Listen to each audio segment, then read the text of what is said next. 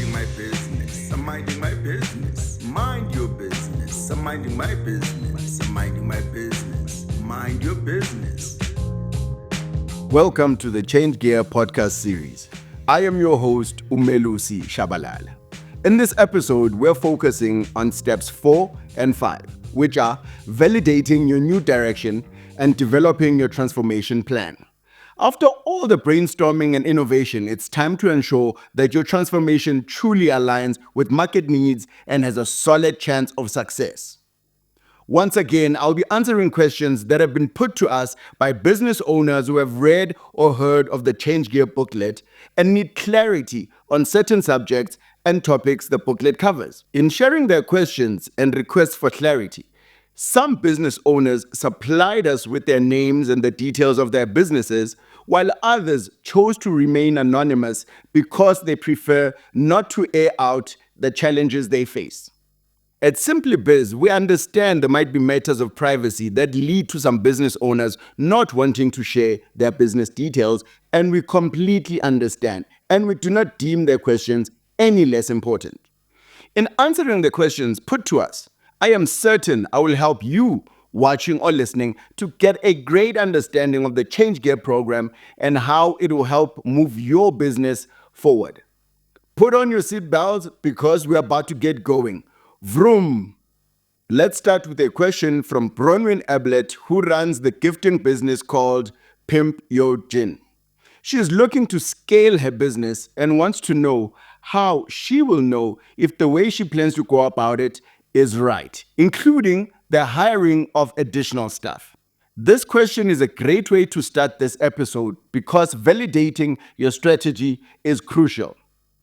It involves confirming that it resonates with customer needs, has sufficient market demand, and positions you well against competitors. Let's explore how to effectively validate your solutions. There are 3 main methods: pilot programs, MVP testing, and user testing. Each method offers unique insights. Let's dive into each one. Let's start with pilot programs. Pilot programs allow you to test your product in the real world with a small group of users. This helps you understand how your product performs before you launch it. Here's how to conduct a pilot program. Number 1, select a test group. Choose a small, diverse group that represents your target market. Number 2, develop prototypes. Create versions of your product that are close to the final product. Number 3, run the program. Let your test group use the product and observe their experiences. Number 4, gather feedback. Use surveys, interviews, and direct observations to collect insights. Number 5, analyze results. Look for common themes and areas that need improvement. Number 6, make changes. Adjust your product based on the feedback and, if necessary, test again. Then we move on to MVP testing. MVP testing is minimum viable product testing, focusing on introducing a simplified version of your product to assess its core functions and market appeal. So here's how it works. 1, define the MVP. Identify the essential features your product must have. Develop the MVP. Create a basic usable version with just enough features to satisfy early adopters. 3, launch to a segment. Introduce the MVP to a specific segment of your target market. 4, track usage. Use analytics to monitor how users engage with the product. 5, collect feedback. Gather insights through surveys and direct communication with users. 6, market fit. Determine if the MVP meets the needs and expectations of the market. Iterate. Refine the MVP based on the feedback and continue testing until you find the right fit. Then finally, we have the user testing. User testing is all about understanding how real people interact with your product. This process helps identify usability issues and gather qualitative feedback. Here's how to conduct effective user testing. 1. Recruit participants. Select a group that represents your target audience. 2. Prepare scenarios. Create specific tasks and scenarios for users to complete during the session. 3. Conduct sessions. Observe as users interact with your product, taking detailed notes. 4. Record observations. Capture insights on how users feel and any issues they encounter. 5. Analyze feedback. Identify common problems and areas for improvement. 6. Make adjustments. Improve your product's design and functionality based on the feedback. 7. Repeat. Conduct further sessions to ensure changes work and to gather additional insights. After validating your new direction, visit simplybiz.co.za to download and complete the market validation template. This tool will help you confirm if your new direction resonates with customer needs, has sufficient market demand, and positions you well against competitors for your transformation. We step out of step 4 with a question from a business owner in the transport and logistic field in Postmasburg, Northern Cape, who asks what one should do after the validation. This question is the perfect segue into step 5. So let's go straight into step 5. Develop your strategic transformation plan. Now that you've validated your new direction, it's time to create a detailed transformation plan. This plan will serve as your roadmap, guiding you through this transformation. It outlines the who, the what, when, and how of shifting your business toward its new path. A business owner that runs a car dealership in KwaMhlanga in Mpumalanga asks, what are the essential components we need to include in our transformation plan? Great question. Let's dive into the key components. 1. Identifying specific actions, assigning responsibilities, developing a timeline, budgeting, and establishing KPIs. Consider that a plan without focused action is just a dream or a wish. Feedback without follow-through is just noise. Identify specific actions first.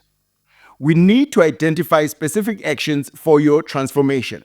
You have to start with brainstorming sessions. Gather your team and list all necessary actions for the transformation. Think about every aspect of your business that will be affected. Once you've compiled your list, categorize these actions into themes, such as product development, market entry, technology adoption, and more. This organization ensures you cover every critical area. Assign responsibilities. It's crucial to assign responsibilities clearly.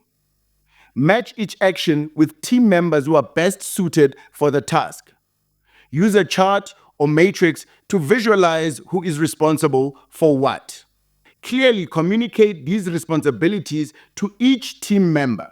Make sure they know their roles, deadlines, and how their contributions fit into the overall success of the transformation.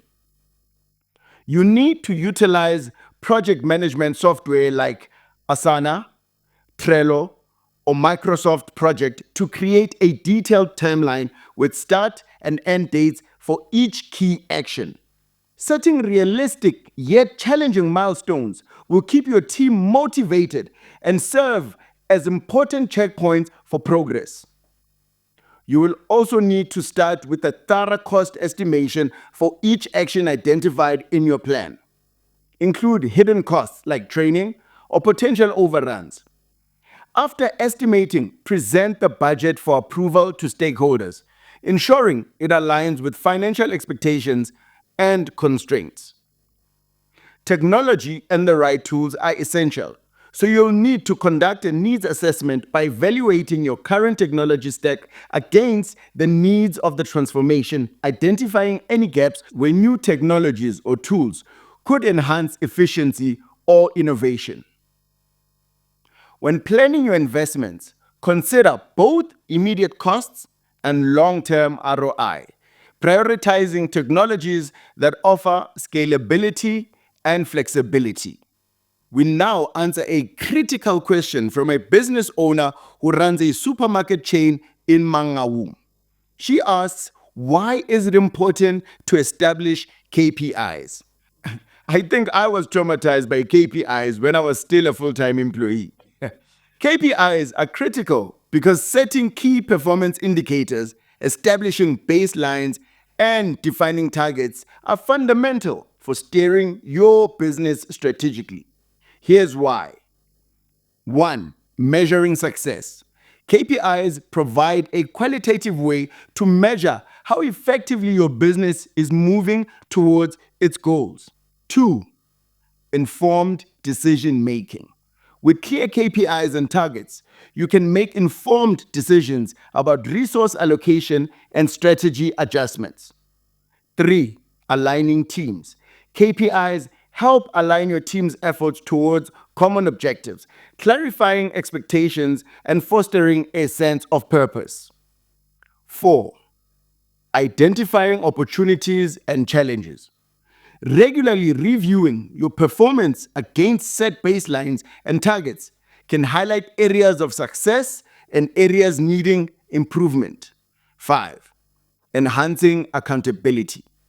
Clear KPIs establish accountability within the team, motivating individuals to perform at their best. 6. Improving performance over time. Tracking progress allows you to identify trends and patterns that inform strategic improvements. 7. Communicating value to stakeholders.